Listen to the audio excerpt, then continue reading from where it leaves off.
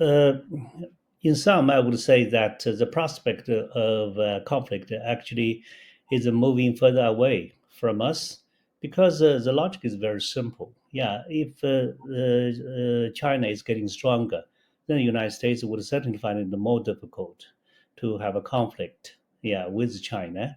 And remember, what I believe is most important in Donald Trump's visit to China is this concept of strategic stability. That is the first time for the U.S. to officially recognize China as a peer power. Yeah. So would a war become more likely or less likely between two peer powers? Of course, less likely.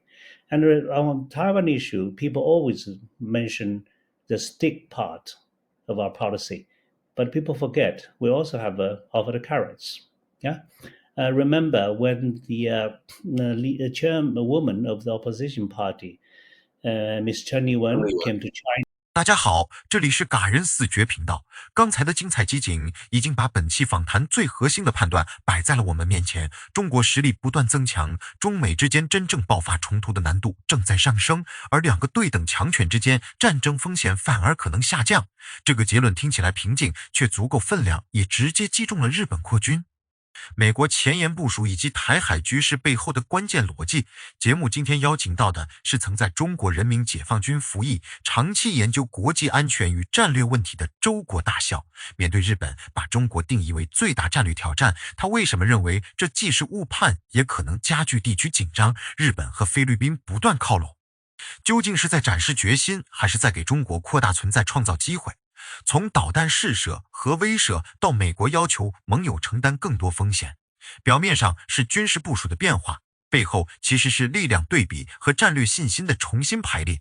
更值得关注的是，周大校认为台海真正需要的不是更多喊话，而是对话、沟通以及降低误判的机会。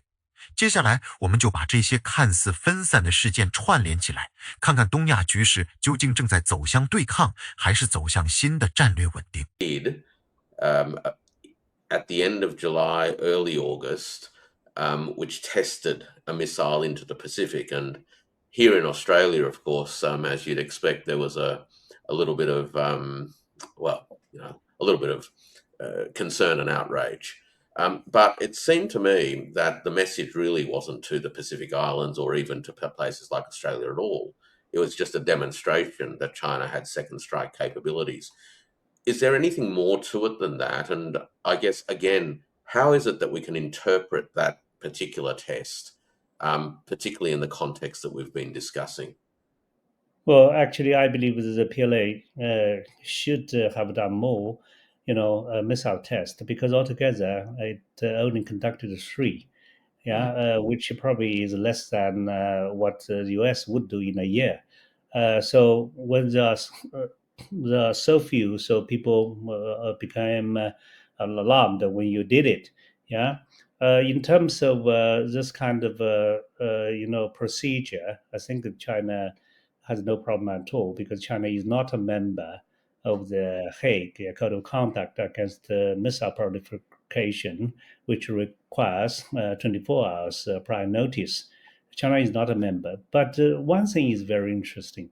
In 2024, actually, China made another launch, which was followed by an American launch. They notified each other.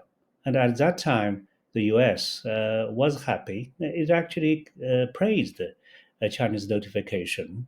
So I read something that said that the difference was that at that time, China's notification was more or less about 24 hours. And this time is certainly less than 24 hours, which I believe is the case. But then why the difference? I believe this time because the submarine launched, missiles, because this is far more sensitive. And I believe China doesn't want to give so much time for Americans to monitor. Or maybe China is not that confident about the launch itself. So I think that might explain, why it's different. But still, China has notified all these countries concerned well before that.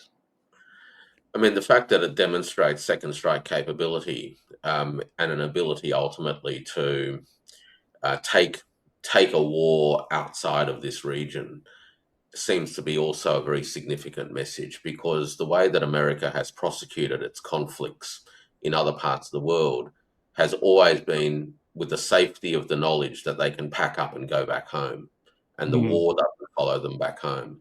But this second launch capability, I think, sent a very different message. Of course, yeah. It says so many things about the Chinese defense industry, about the PLA. Remember, people have argued that, because of corruption in PLA, therefore the combat capability of the PLA is very much questioned. But, we had quite a few launches, and none of them actually failed. And even our aircraft used by Pakistani, it's aerofight with India, looks extremely successful. So it really would give people a second thought, right? Which leads me to something that took place afterwards. Not only did Elbridge Colby go to Manila and try to convey the message that America was still involved in the region, but there have been reports that the Pentagon has been preparing a strategy document around the use or the potential use of, quote, tactical nuclear weapons, unquote, in the event of a conflict in the Western Pacific. Some interpretations of that I've read suggest that that is also evidence that the Americans have, in effect, conceded their inability to deliver conventional deterrence. So in that sense, it was an admission that the balance of power conventionally has shifted. What's your read on that? Well, actually, Mr. Kobe was the very person who talked about using nuclear weapons against China in Taiwan Strait. That was very much alarming. So I'm of the opinion that China should increase its nuclear arsenal. To what extent? Yeah, because China never talks about numbers, and for me, I would not talk about number, but I would put it this way: China should increase its nuclear arsenal to the extent that the United States would never ever dare to use nuclear weapons against China first. So I don't believe China wants to reach a kind of nuclear parity in terms of number of nuclear warheads, right? That is exactly what happened during Cold War, when it looks too crazy. The two countries have to, sit down and talk about the reduction of nuclear weapons. And I don't believe China will do that. But China definitely does not want to be, bullied by the United States again. Remember, this is not the first time that China was kind of threatened. During Eisenhower's time, during Harry Truman's time, yeah. So they have all threatened to use nuclear weapons against China. So I believe the days are already gone. Yeah, absolutely. And I think a lot of the calculus that does get made, and again, this is me looking at these things from the outside, would take into account the historical track record. The Eisenhower period that you mentioned, in terms of the discussions that were undertaken about using nuclear weapons on China back then. Mm. We also, of course, have many decades of evidence that the United States is addicted to military interventions. It's almost the first reaction that the United States has to just about any situation in the world. And if you took that historical track record seriously, you've always got to be prepared for the worst. Look, we've covered quite a bit of terrain, and I want to try and draw some threads together. We've discussed Japan's white paper. We've talked a bit about Colby's remarks in Manila, the PLA Navy and Indonesian exercises, as well as the missile tests and the US exploration of tactical nuclear weapons as an option. Taken all of that together, how would you characterize the current state of play and trajectory of the security dynamics around Taiwan Island and the broader First Island chain? Well, in sum, I would say that the prospect of conflict actually is moving further away from us because the logic is very simple. Yeah, if China is getting stronger, then the United States would certainly find it more difficult to have a conflict, with China. And remember, what I believe is most important in Donald Trump's visit to China is this concept of strategic stability. That is the first time for the U.S. to officially recognize China as a peer power. Yeah. So would a war become more likely or less likely between two peer powers? Of course, less likely. And on Taiwan issue, people always mention the stick part of our policy, but people forget we also have offered the carrots. Yeah. Remember when the chairwoman of the opposition party, Ms. Chen Yuen, came to China. Yeah. So it's not just about a handshake. Yeah, we have also offered 10 preferential treatment to Taiwanese people. And these kind of offers should have been prepared well in advance, right? And these are meant to win hearts and minds of the Taiwanese people, right? So actually, especially in Fujian province, which, is on the Chinese mainland side across the strait, we have given a lot of preferential treatments toward Taiwanese. Right now, the problem is with the Taiwanese authority, who are just afraid of any exchanges, across the strait. Because they're simply afraid. They are afraid of Chinese tourists. They're afraid of Chinese scholars, right? We would welcome all these people, tourists or scholars coming from Taiwan, no problem. So I believe people can easily tell, who is actually making trouble. So that invites a question of how the U.S. should do. For me, it's not a very complicated issue because in theory, the United States talk about one China, right? So in theory, the United States should have no problem of seeing mainland China talking to Taiwanese authority. So in this regard, since Taiwanese authority is extremely reluctant, the U.S. should encourage Taiwanese authorities to talk to mainland China. So talking, is always good than no talks at all, right? And this looks like the easiest thing the U.S. can do to actually make the tension across the street being reduced. 这场访谈真正值得我们带走的，并不是某一个具体判断，也不是简单的给当前局势贴上会不会开战的标签，而是重新思考一个更根本的问题。在东亚安全格局持续变化的今天，各方究竟是在追求安全，还是在用不断增加的军事部署制造一种更难以收场的不安全？从日本发布新的防卫文件，到日本与菲律宾加强安全合作，再到中国海警扩大活动范围，解放军海军与印尼举行联合演习，以及中国进行远程导弹试射，这些事件表面上彼此分散，实际上却共同反映出一个趋势，那就是第一岛链正在从相对稳定的地理概念变成各方不断试探、不断调整、不断重新划线的战略空间。每一个国家都在观察别人走了多远，同时也在计算自己还能退多少步。嘉宾在访谈中反复强调，判断一个国家的真实意图，不能只听他在公开场合说了什么，还要看他所处的地理位置、国防预算的变化，以及他是否愿意承担实际风险。这个观察非常重要。因为政治人物的强硬表态往往是说给国内选民听的，军事预算的增长才代表政府愿意投入多少资源，而真正到了危机时刻，一个国家是否愿意让本国城市、基地、港口和普通民众承受战火，才是最真实的答案。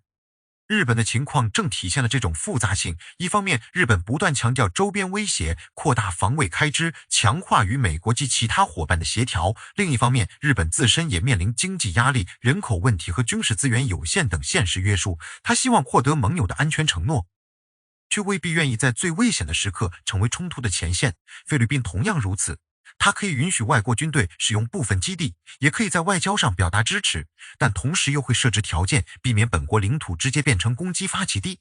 所谓盟友关系，很多时候并不是绝对服从，而是在安全、经济、主权和风险之间反复寻找平衡。这也解释了为什么越来越多国家开始采取所谓两边下注的策略。他们不会轻易放弃美国提供的安全网络，也不愿意因为公开站队而失去与中国的贸易、投资和外交空间。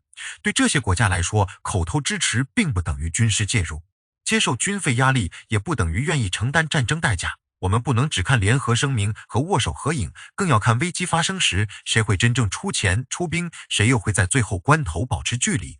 访谈中另一个关键观点是，现状从来不是静止不动的，台海、南海以及整个西太平洋的力量对比都在持续变化，军事力量的增长、海警和军舰的常态化活动、无人机的广泛使用以及远程打击能力的发展，都会逐步改变各方对风险和成本的判断。问题在于，当一方认为自己是在维护主权和安全，另一方却可能把这种行动理解为扩张和威胁。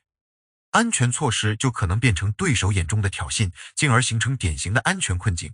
因此，真正危险的未必是某一方已经决定发动战争，而是各方都相信自己可以控制局面，却低估了误判、误读和意外事故的后果。军机与军舰发生碰撞，海上执法船只距离过近，军事演习缺乏充分通报，或者某个政治人物为了国内舆论发表过于激烈的言论，都可能让原本可以降温的局势突然升高。